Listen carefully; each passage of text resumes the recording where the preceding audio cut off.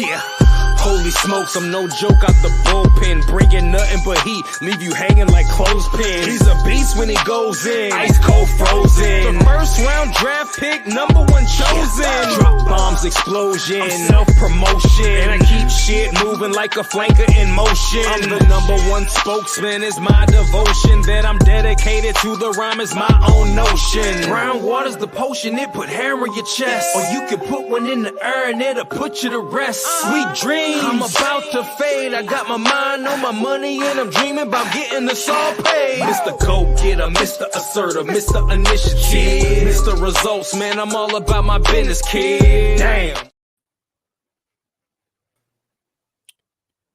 Results and business on a Sunday Not So Casual Thursday evening in November, the final day of the month, November 30th, 2023. It is the Shark and the Gun combo show, Knowledge for College, dropping some plays for this weekend. And, of course, big-time football, Thursday Night Football, Week 13, Seattle at Dallas. Guns Picks, what's going on, brother?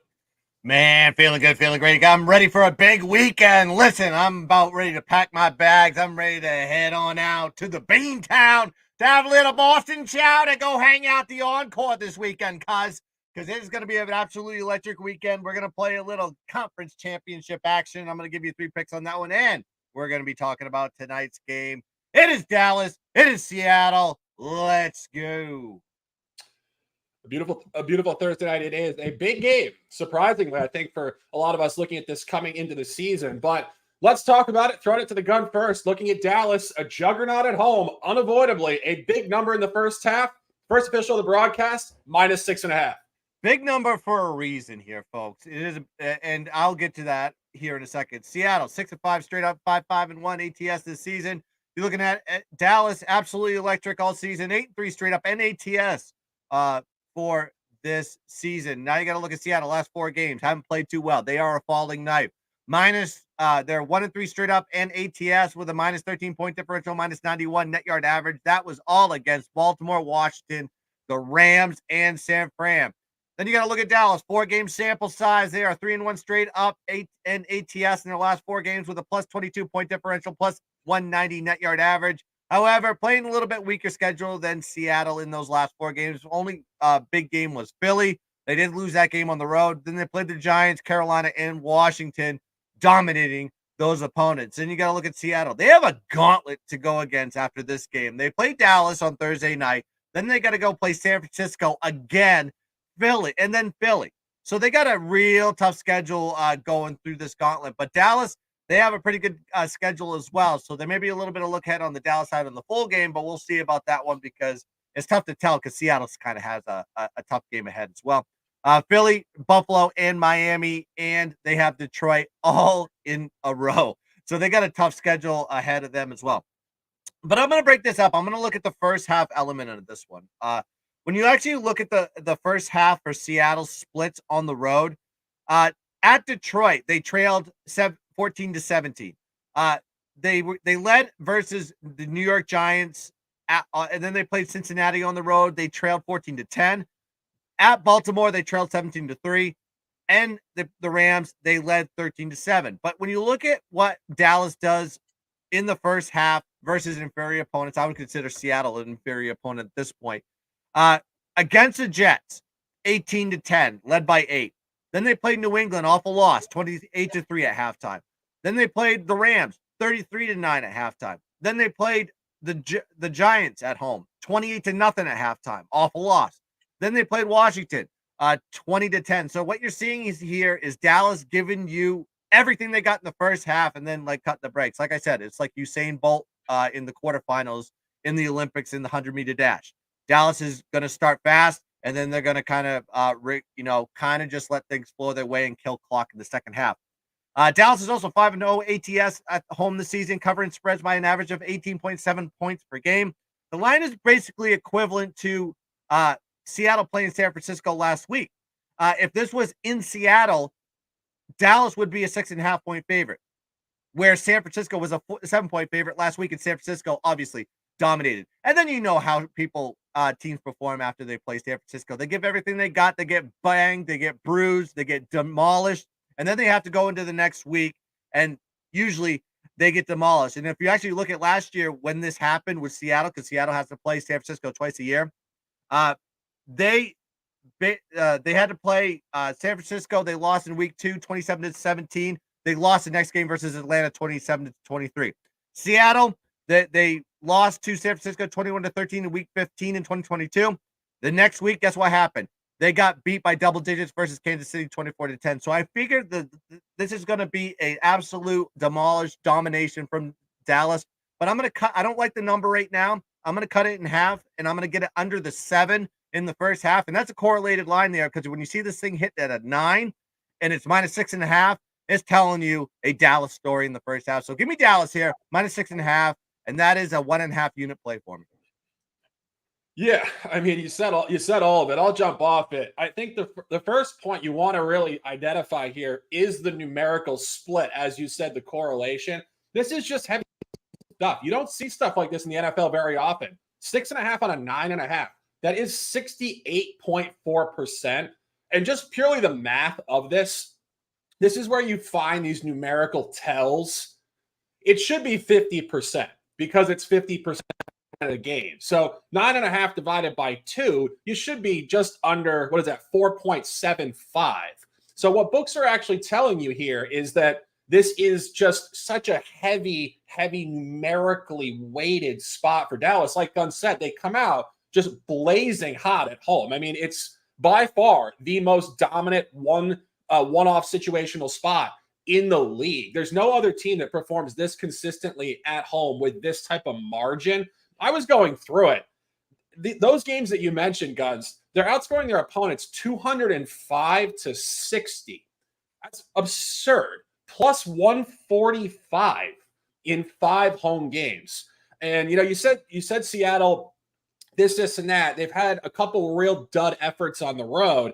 I think this is an interesting spot. I think that the first half is the best look in this game, because I think that both teams, we see our guy here, Off the Grid Sports, my guy, says Cowgirls flat spot, Eagles on deck. And I agree with you.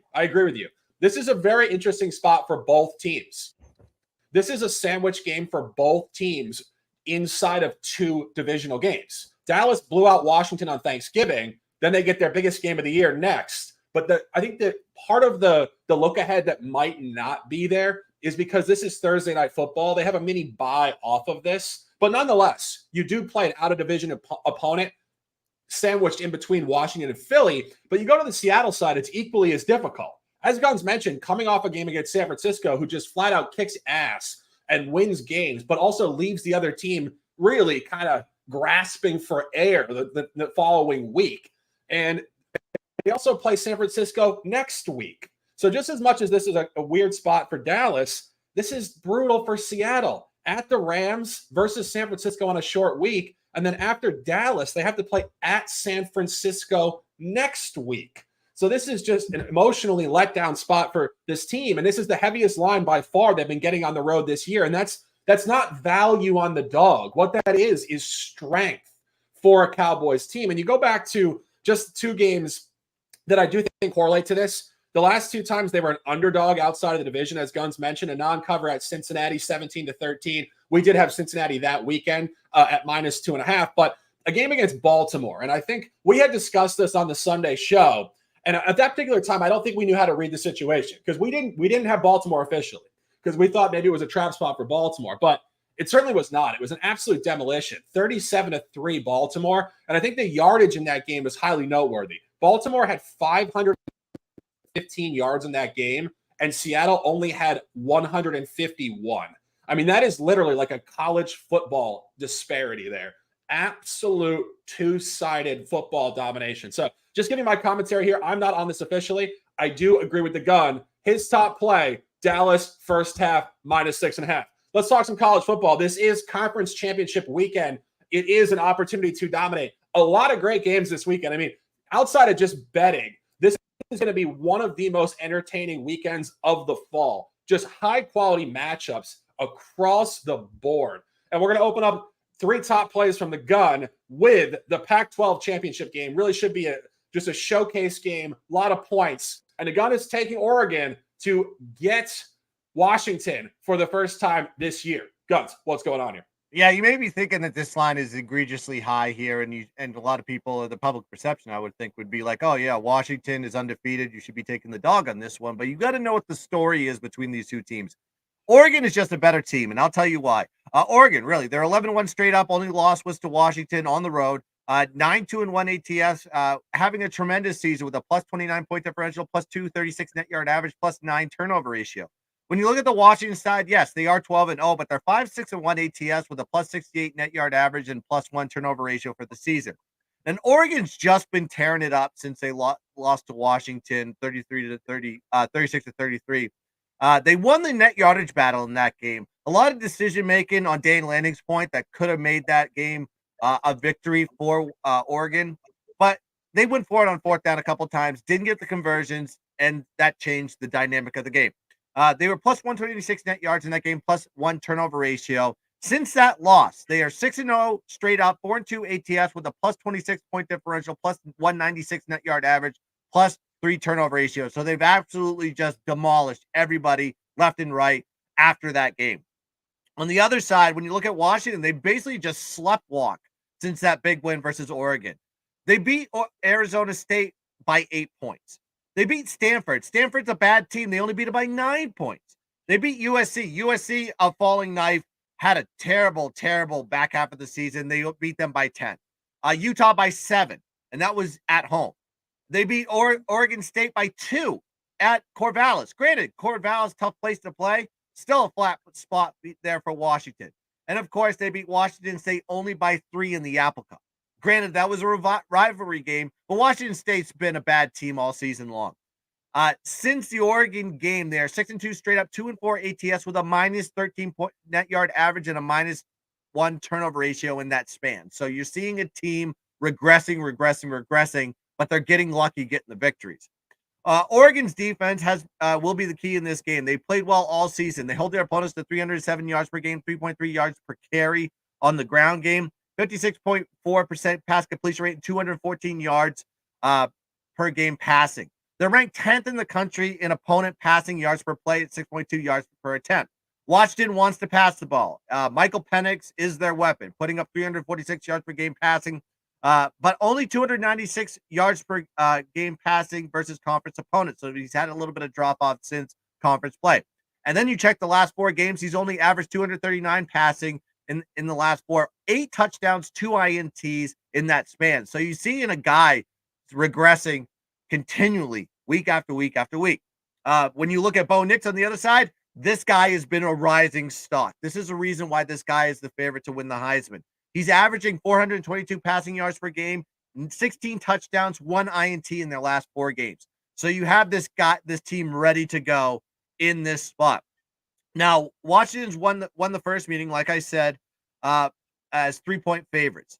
Now you're seeing the line at minus 9.5 for Oregon.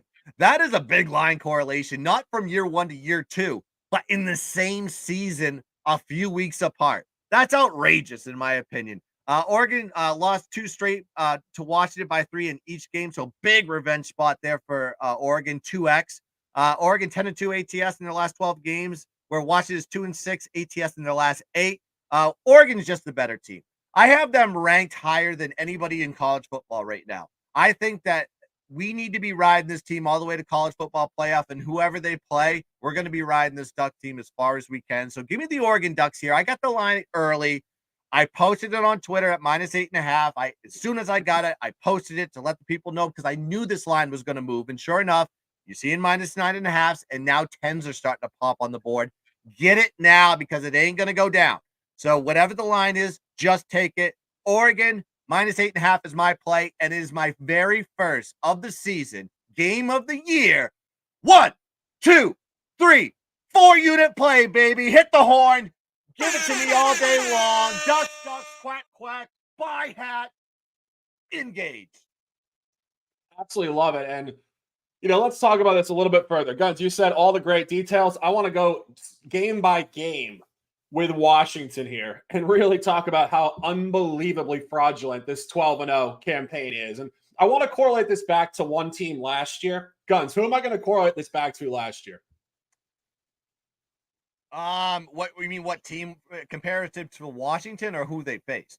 This year's Washington, another team that was undefeated. Let's say USC. No, TCU.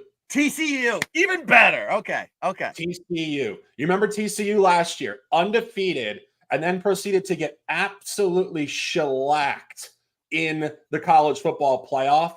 This is potentially the same environment. And it's pretty wild because we've backed Washington this year. I like Washington. I like my guy, Michael Penix. This is just a team that is absolute fool's gold. So let's go through it. Week 1, Boise State out of conference, Mountain West, 56-19. Lackluster Boise State team moving around quarterbacks. Let that be what it is. Week 2 against Tulsa. Tulsa has had one of their lowest seasons in years, lost a lot of talent to the NFL and great defensive players. Blowout win against a very poor Tulsa team, 43-10. Week 3, significant road favorite at Michigan State.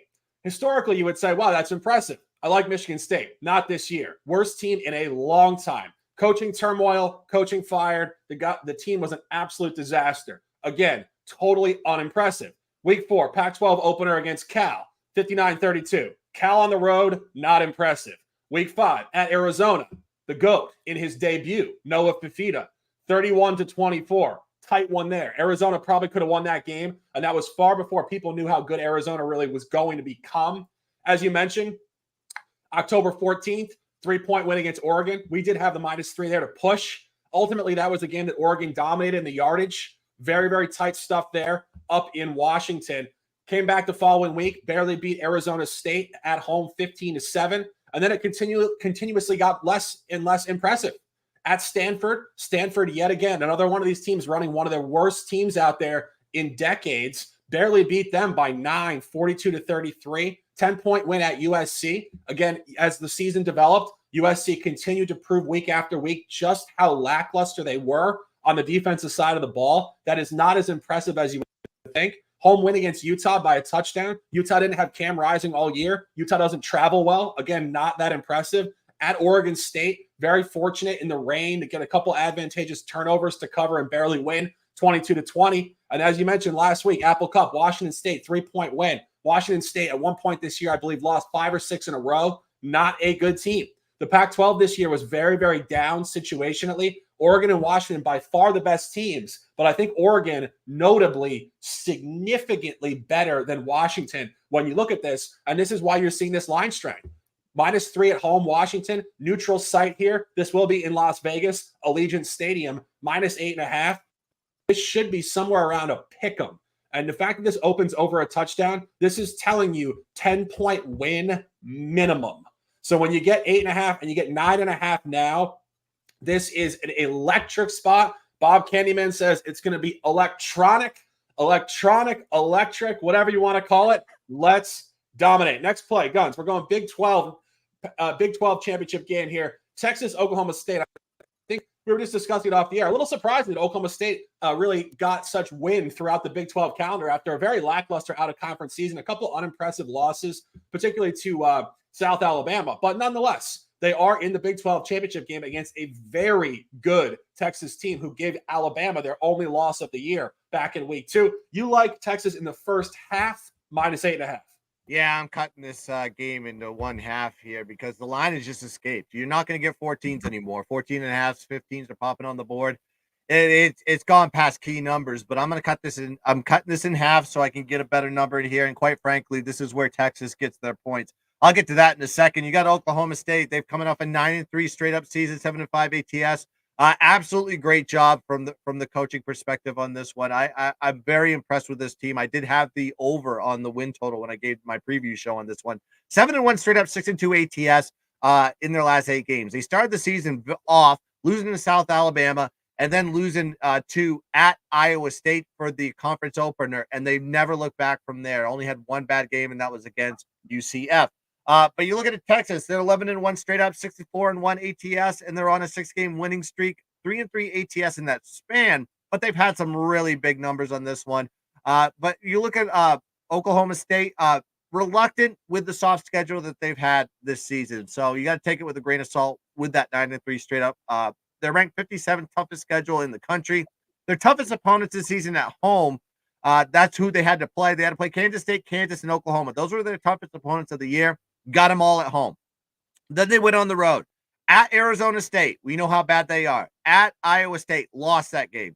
At West Virginia, probably their best game on the road that they played all season, demolished them there. At UCF, absolutely got crushed in the bounce house after an Oklahoma win in a rivalry game at home. And then at Houston, another team that is bad in the Big 12. Those were their road games this season. When you look at Texas on the other side, 8th toughest schedule in the country, and that included a trip to Tuscaloosa, Alabama to play the Crimson Tide and win by 10 points. This is a good team here and deserves to have an opportunity to get into a college playoff, and they're going to play their hearts out in this game. They are 3-2 on the road this season.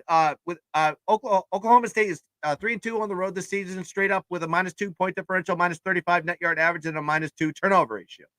So this team has not performed outside their stadium. When you look at Texas in the last 4 games, +16 point differential, +153 net yard average with a +1 turnover ratio. This is a 2x revenge games for Texas. They lost to Oklahoma at home in 2021, 32-24 as 3.5-point home favorites. And then they backed that up in a revenge spot, lost to Oklahoma State again, but they lost on the road 41-34 as 6-point road favorites. The line this year is double digits, minus 14.5, -15 on the board as we sit here currently. Texas is a team that starts out fast. This is why I like the first half of this game. They average 17.8 points per game in the first half, which is ranks them 18th in the country, and they only give up 7.4 points per game in the first half, which ranks them 8th in the country. So they come out fast, they come out strong, and they take the heart out of their opponents early. But when you look at Oklahoma State, they are slow starters. If you actually look at the numbers for them, they put up 12.4 points per game in the first half, which ranks them 78th in the country, and this is even better, folks. They give up 18.1 points per game in the first half to their opponents, which ranks them 114th in the country in that regard. So what you have here, I'm taking the spread out of it. I'm taking the full game. I got to throw that in the trash. I don't know where the game's going to end up at the end. I just know that Texas is probably going to win the game. But when we look at the first half of this, I can't get off this. Texas has to play their best game, and they have to go out there early and do it. Their playoff implications on the line. Oklahoma State has nothing to look forward to in this game other than maybe to upset Texas Longhorn team. But I'm going to be taking Texas on this one. Give me the first half at -8.5, and that is a 3-unit play for me. Yeah, no, I agree with you. I'm not on this officially, but I do want to go through it similar to what I did with the Washington situation as to why you want to be fading Oklahoma State here. As I mentioned, 2 early season losses, 1 out of conference, just an absolute blowout against South Alabama, 33-7, another one at Iowa State. And that's really where you want to look at this game, I think. You want to go to their road environments. Iowa State, at that point, it was week 4, September 23rd. If you guys remember, we had faded Iowa State a couple times. Out of conference against Ohio and against Iowa in the in-state rivalry. Iowa State this year with Rocco Becht took some time to get into their flow. Oklahoma State losing there 34-27 ultimately at that point in time was not really that impressive. Oklahoma State probably should have won that game if they were of the quality we're assuming them to be. And then you start to really go through the next 6 or 7 games. I would say their best win of the year, obviously Oklahoma, second best win, a home game against Kansas State. But go on the road at West Virginia, 48-34. This is a West Virginia team that was all year very, very inconsistent, poor defensively, and didn't really take care of the ball. Now they come in here having won 7 out of the last 8 ball games, and 3 out of the last 4 are against Big 12 newcomers, which I think is very important because this season, Cincinnati, UCF, Houston, and BYU all entered the Big 12. BYU was very pedestrian. Houston just fired their coach. They were very pedestrian. And Cincinnati honestly had one of their worst seasons in a long time. So this team is hot. But again, this team is situationally hot, mostly at home and mostly against Big 12 newcomers. This is not an impressive spot for them. This is where Texas should turn up. And as the gun mentioned, a very strong first half split at -8.5, an official from the gun. Last play we're talking about here, Sun Belt championship game, Troy versus App State. The gun looking at Troy at -5. Yeah, when you say Sun Belt, you said it incorrectly. We're talking about the Fun Belt. We're talking about like gritty football. Listen, this conference is so good. They're bringing 12 teams into the bowl season. They're bringing in the most bowl teams in any other conference in the country. Let's talk about this game for a second because I'm going to be fading App State in a pure revenge spot. One of the best revenge spots I've seen all season. App State is 8-4 straight up, 6-5 ATS this season. They've won 5 straight, 4-1 ATS in that span. When you look at Troy, 10-2 straight up, 7-5 ATS, and they're on a 9-game winning streak, going 7-2 ATS in that span. What's the strength of App State? They have a great offense. They average 456 yards per game of total offense, 4.7 yards per carry in the run game, 276 in the passing game. They're ranked 21st in passing yards per game and 26 in rushing yards per game. Troy's defense is their strength. This is going to be where the matchup works perfectly for Troy. 300 yards per game of total offense to their opponents. They only give up 270 at home. 3.2 yards per carry on the ground, 2.6 yards per carry given up to their opponents at home, and 197 yards per game of opponent passing. That's all they give up for this Troy team. They also get to the quarterback pretty well with a 10.6% sack rate. They're ranked 13th in the country in opponent yards per game and 10th in the country in opponent yards per play. So this is one of the better defenses in the country. This is also a super revenge spot in this one. Now, if you remember this game last year, Troy played App State at home as a double-digit dog. Troy led the game 28-24 with 10 minutes to go. App State drove the ball 17 plays for nearly 9 minutes and killing the clock down to 113. Went for it on 4th down at the Troy 2, did not convert.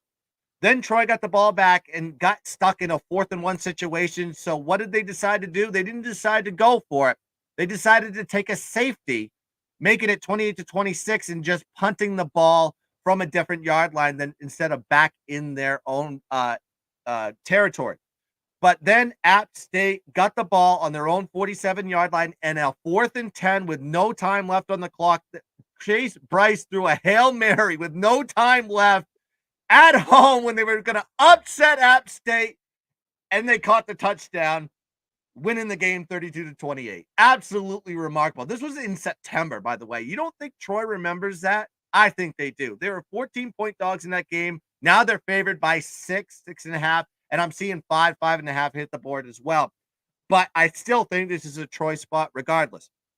After that game, by the way, that pissed off Troy because Troy went on an 11-game win streak, including winning their conference championship over Coastal Carolina and their bowl game versus UTSA. So this Troy team's been humming since that loss versus App State, and guess who they get to meet? That opponent that took them out and gave them that life, that vibrant energy to go and be one of the top teams in the Sun Belt. This is the perfect spot to be taken as far as college football capping is concerned. You have the revenge spot. You have the line differential from year 1 to year 2. And it's 20.5 points as line differential is quite remarkable. And App State just kind of running a little bit too hot for their britches in this one. I think Troy is going to step up, play great defense in this one. The offense is going to be able to click because App State really doesn't have a good defense at all. They give up a lot of yards. So give me Troy on this one, -5, and that is another 3-unit play for me. Yeah, this one for me is tough, and I think our guy in the chat, Off the Grid Sports, makes a good comment. He says App State seems like an all or nothing team. That's kind of how I feel. It's not only in game, but it is even within this season. This team did start the season 3-4, looking very pedestrian, and then all of a sudden flipped a switch and is 5-0 last 5 straight up with very impressive wins against Georgia State on the road, James Madison on the road, and Georgia Southern at home. And, truthfully, this team, I said it when we introed the game, but we were talking about it off the air, and I said, App State, for me, is just a kryptonite team. I do not know how to handicap this team. So the gun making great points, revenge game from last year, just even that game in and of itself speaks to the chaos of App State. Backdoors, Hail Marys, all sorts of stuff. So you're going to see a wild game here on Saturday afternoon at 4 o'clock. The gun on Troy at -5. That's a wrap on the show. 30 minutes in the books.